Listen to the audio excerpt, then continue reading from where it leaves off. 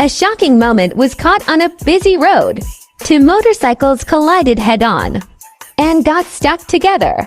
But instead of stopping, they started spinning wildly, like a giant top in the middle of the street.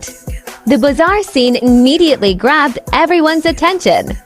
Traffic came to a complete standstill as drivers stopped to watch. Some people rushed in, trying to stop the spinning bikes. But every attempt failed. The motorcycles just kept twirling on the asphalt, leaving the crowd stunned and in disbelief. Truly a once-in-a-lifetime sight that nobody expected to witness on the road.